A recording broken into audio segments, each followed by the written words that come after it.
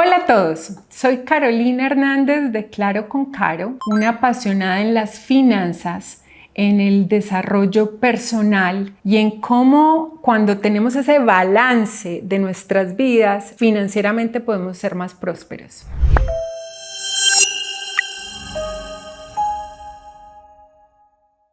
Hoy vamos a hablar de un tema que muchos dirán no tiene nada que ver con finanzas, y cuando lo analizas te das cuenta que sí. Es la autocompasión y el perdón, en cómo liberarnos del resentimiento. Entonces, yo no soy psicóloga, pero me he dado cuenta que en los procesos económicos, una gran parte que nos lleva a tomar la decisión correcta o incorrecta es ese estado emocional. Y ese estado emocional, cuando hay separaciones, está muy alterado. Tenemos los egos lastimados, hay resentimientos y eso no nos deja pensar claramente. Cuando yo pasé por mi proceso de divorcio, me di cuenta, gracias a que soy una persona muy racional, a que yo tenía la capacidad en ese entonces de separar lo racional de lo emocional. Pero eso es algo muy difícil, eso es algo que requiere mucho entrenamiento.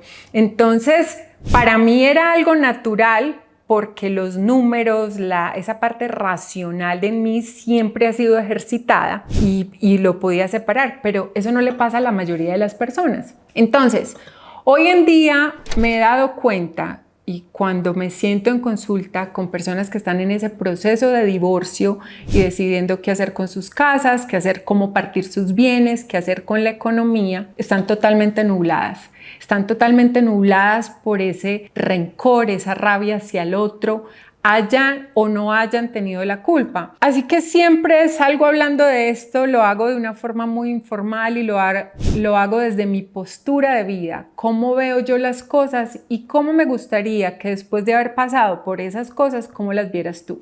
Así que sí, hoy te estás separando, si hoy estás en ese proceso de divorcio, primero es entender que no hay culpables. Una relación se acaba por dos personas, una relación nunca se acaba por una sola. Si hay infidelidad, y no estoy echando culpas al que no lo hizo, es porque las cosas no estaban bien. Y no es, ay, bueno, échate el látigo y tú eres la culpable. Si hay vicios, si hay crisis económicas, las dos personas siempre contribuyeron, ya sea para no ayudarse mutuamente y empoderarse juntos y sostenerse juntos, o simplemente porque no existían las herramientas. Entonces a mí me gusta cuando yo empecé a entender que todos actuamos de acuerdo al kit de herramientas que la vida nos da.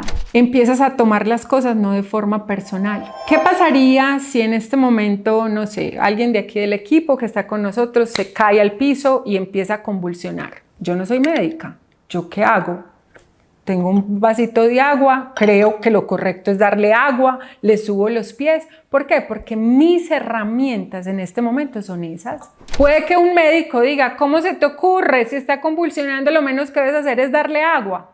Sí, pero ¿saben qué? Soy ignorante en el tema de medicina y lo único que se me ocurrió en ese momento fue darle un vaso de agua. Lo mismo nos pasa en las relaciones. Cuando una persona es infiel, no tiene herramientas para decirle a la otra persona, no soy feliz. Y creo que es que encontrando una otra persona es como va a encontrar la felicidad. Entonces, cuando tú empiezas a darte cuenta que el otro actúa de acuerdo a esas herramientas, que está creyendo que está haciendo lo mejor, dando el vasito de agua al que está convulsionando, tú empiezas a darte cuenta que es simplemente estar con la persona que tiene las herramientas equivocadas. Si esta misma historia que les estoy contando de alguien que empieza a convulsionar pasa en un hospital, ¿qué pasaría? Llegan los médicos, ponen en camilla, hacen todo lo que deben hacer. ¿Por qué? Porque tienen esas herramientas. Entonces, parte de ese proceso de separación es comprender que el otro está trabajando con sus propias herramientas, que la mayoría de las veces no son las adecuadas, que la mayoría de las veces lo que nos da ese rencor es el hecho de querer culpar y decir, pero es que ¿por qué no tiene las herramientas que son las correctas? Y es frustrante. Llega un momento en que cuando tú te das cuenta cómo fueron las cosas en realidad, Cuando tú te das cuenta que el otro simplemente hizo lo mejor que creía que estaba haciendo, así sea lo erróneo para ti, empiezas a tener compasión. El resentimiento empieza a salir de ti. Entonces, cuando hay una partición, que esto es lo que a mí más me toca, o sea, cuando hay una muerte, herencias, dividiendo dinero, si se vende una propiedad, si no se vende, todo el mundo está actuando con sus herramientas. Entonces no falta el que diga, no, pero es que yo me merezco el 55% porque usted hizo esto y esto y esto. ¿De dónde están viniendo todas esas decisiones, todos esos comentarios? Desde sus herramientas. Entonces, cuando empezamos a analizar y ver esa situación desde afuera, cuando tú tienes la capacidad de mirar al otro y tú, sin decírselo, porque esto es la otra clave, ¿qué herramientas tiene? Tus niveles de ansiedad y de decisión bajan porque ya estás viendo todo desde la razón. Ya estás analizando qué kit tiene esa otra persona y empiezas a darte cuenta de, con razón.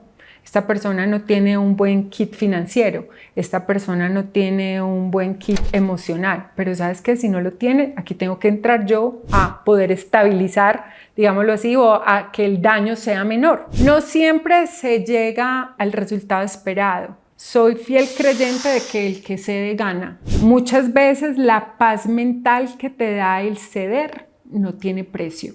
En la parte económica específicamente, pues que es lo que estoy hablando, la vida encuentra la forma de recompensarte cuando las cosas no se hacen bien. Y tengo cientos de historias en donde una persona cede, escoge su paz mental y por cosas de la vida le pasa algo maravilloso y todo se compensa. Entonces, en la parte económica, cuando hacemos lo correcto, cuando si al otro le corresponde la mitad y así tú no se lo quieras dar, o el otro no te está dando la mitad, suelta, deja que las cosas fluyan, busca tu paz mental porque el otro es el que no tiene las herramientas. Y probablemente al no tener las herramientas, si el otro hace lo incorrecto, va simplemente a desperdiciar lo que tiene. Así que una vez empiezas como a cerrar todos estos capítulos en esa separación, viene un proceso muy lindo que es de reconstruir tu autoestima. Parte de esa reconstrucción de autoestima viene cómo manejaste las cosas. El actuar mal te deja una marca. El actuar bien te impulsa y te libera. Es hermoso uno en un proceso que por lo general no son buenos procesos, uno saber que hizo lo correcto.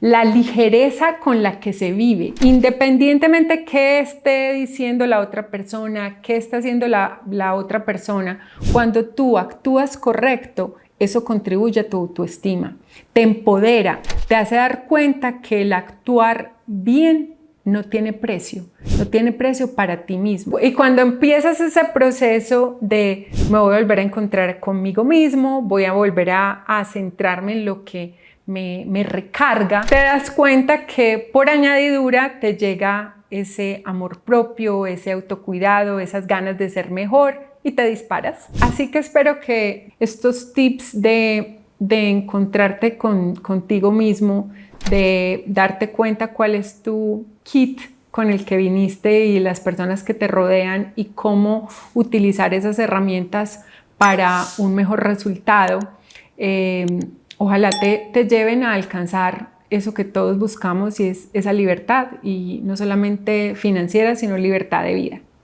Muchas gracias.